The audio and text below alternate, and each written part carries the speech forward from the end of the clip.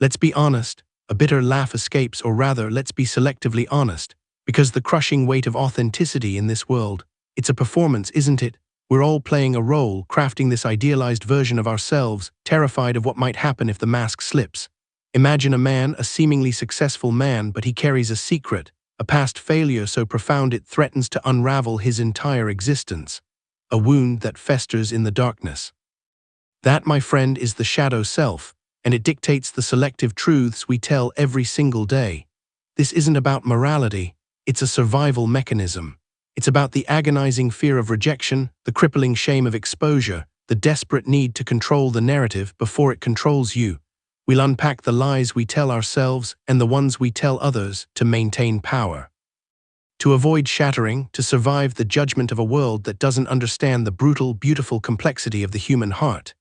This isn't about becoming perfectly honest, it's about understanding why you're not. So you think you're honest, huh? Let's be real, most of us are masters of selective truth. We curate our narratives, we present the highlight reel, leaving out the bloopers, the outtakes, the raw, messy reality. It's not malicious, not always, but it's a survival mechanism, a shield against a world that can be brutally unforgiving. Think about it, how often do you truly, completely bare your soul to anyone? Take Arthur, a 68-year-old retired surgeon from Boston. On the surface, he's the picture of success, a loving husband, doting grandfather, respected member of the community. But beneath the veneer of respectability lurks a fear not of failure, but of exposure. A secret affair decades ago that still chills him to the bone. He's built his entire persona on a carefully constructed narrative, omitting that dark chapter because admitting it, acknowledging the wound, would shatter the carefully built image he presents to the world. It's not that he's actively deceiving anyone, it's that he's actively protecting himself.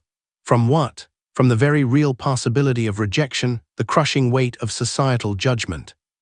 His honesty is selective, dictated by the terror of being seen for who he truly was, not who he chooses to be.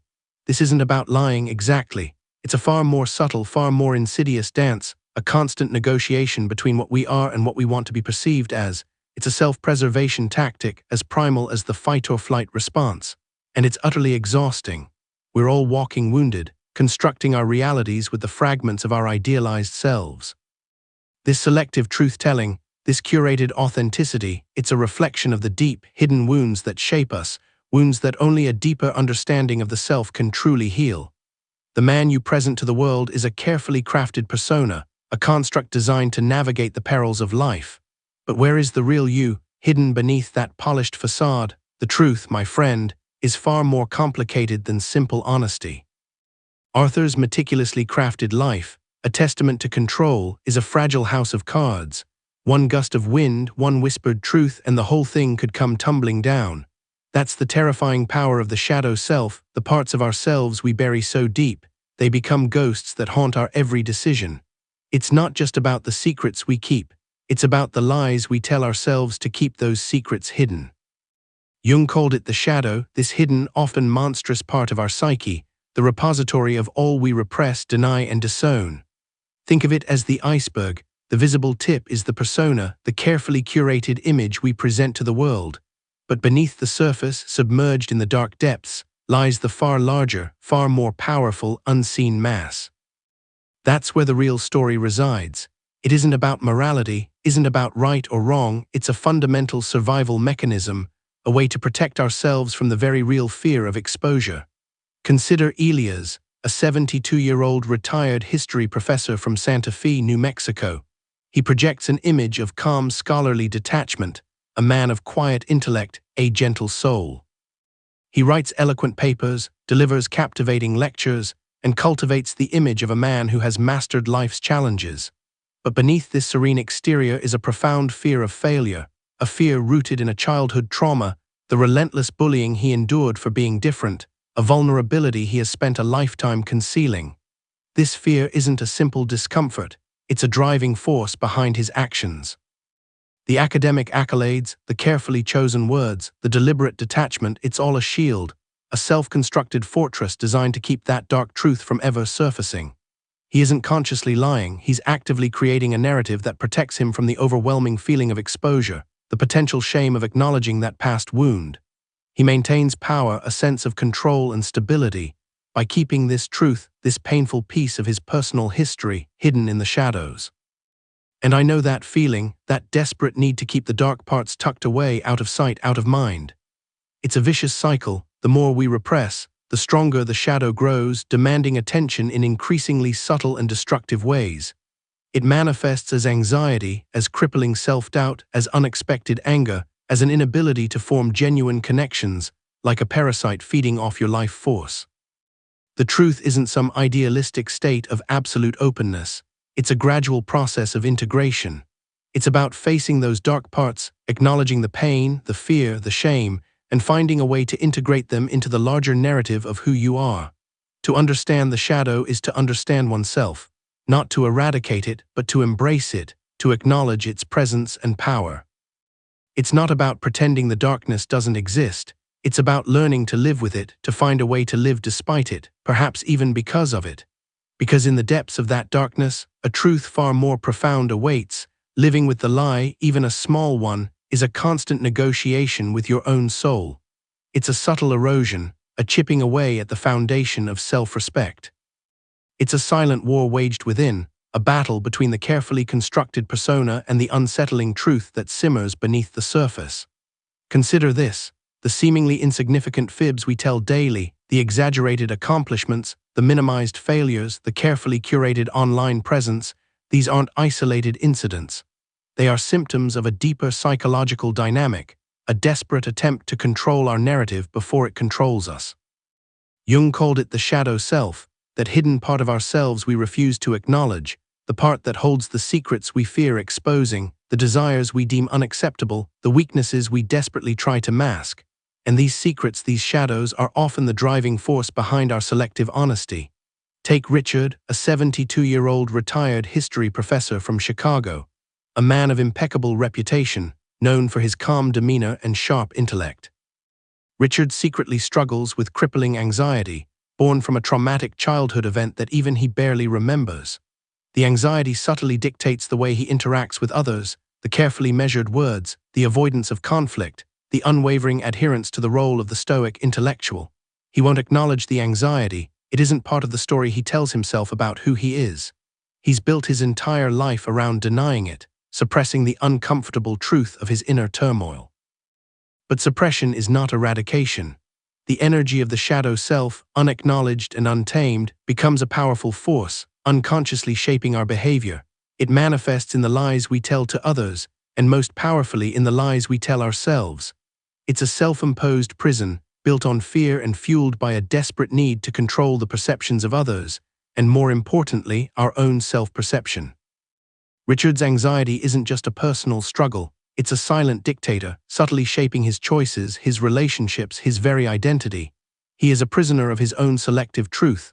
This isn't simply about morality, it's about power. The power to control the narrative, the power to avoid rejection, the power to maintain a semblance of order in a chaotic world. It's about self-preservation, a desperate, albeit often self-defeating, attempt to escape the pain of exposure. To maintain the facade, the carefully crafted mask of who we believe we should be, rather than who we truly are. The cost of this illusion, this selective honesty, is a life lived in shadows, a life perpetually out of sync with one's own authentic self. The prison is built of our own bricks, and the irony is it's a prison we've willingly built. What if, instead of fighting the shadows, we chose to integrate them? What if we saw our selective honesty not as a moral failing, but as a crucial clue, a pathway to uncovering the hidden wounds, the deeply buried fears that shape our lives? The next step is to understand the nature of those wounds, the shame, the fear of exposure, and the agonizing need to control the narrative that underlies our selective truths. Only then can we begin the work of healing. The weight of it, the carefully constructed facade, it's a prison, isn't it? We build these walls brick by brick, each lie a carefully mortared stone, protecting us from the chilling wind of judgment. But what happens when the walls become too high, the air too thin? What happens when the very act of self-preservation becomes self-destruction? Think of 72-year-old Elias, a retired judge from Santa Fe, a man known for his unwavering integrity on the surface. His carefully cultivated image, the very foundation of his public life, rests on a single unspoken truth, a deep festering shame around a youthful indiscretion, a moment of reckless abandon that clashes violently with the image he presents. He isn't malicious, he's terrified. Terrified of the judgment, the loss of respect, the shattering of his carefully constructed identity. This isn't simply dishonesty, it's a wound, a psychic injury bleeding into every facet of his existence. Jung called it the shadow self, that hidden, unacknowledged part of ourselves that we repress, the aspects we deem unacceptable, the truths too painful to confront. We project these shadows onto others, seeing our own flaws reflected back at us, magnifying our fears, fueling our need for control. Elias projects his own shame, his own sense of moral failure, onto the very people he's supposed to judge. He's a master of selective truth, a judge who's never truly faced his own judgment. The mechanism is insidious. It's not a conscious choice, not always. It's a defense mechanism, a survival instinct that operates below the level of awareness. The pain of exposure, the fear of rejection, is so profound, so overwhelming, that the mind creates this elaborate system of lies to protect itself. It's a constant negotiation, a silent war waged between the idealized persona and the raw, vulnerable truth. And the cost is a life lived half-heartedly, a soul perpetually out of sync with itself. It's like living in a perpetually twilight state, never fully embracing the light, never fully surrendering to the shadows.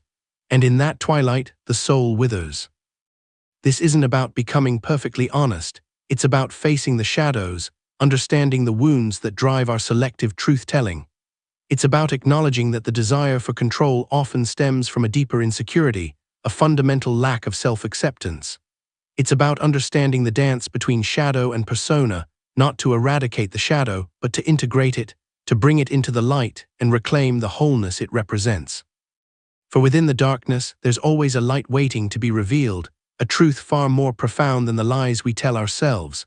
So the walls, they're not just bricks and mortar. They're built from fear, from shame, from the agonizing need to control the narrative. And Arthur, that 68-year-old surgeon, his walls are crumbling. The weight of his secret, that affair, it's not just a past event. It's a constant, gnawing presence, a phantom limb. He doesn't even know how to start dismantling it. He's lived a life of controlled, selective truth, and that's not the same as genuine honesty. It's a performance, a masterful one maybe, but still a performance. He spent a lifetime playing a role, perfecting the image of successful surgeon, loving husband, pillar of the community. He's even convinced himself that's what he is. But what if those aren't the only roles he could play? Think of it like this. A man walks through the desert. Thirsty, exhausted, he sees an oasis in the distance, a shimmering promise of life-giving water. He walks towards it, believing it's real, only to find when he gets there the oasis was merely a mirage, a trick of the light. That's what selective honesty feels like.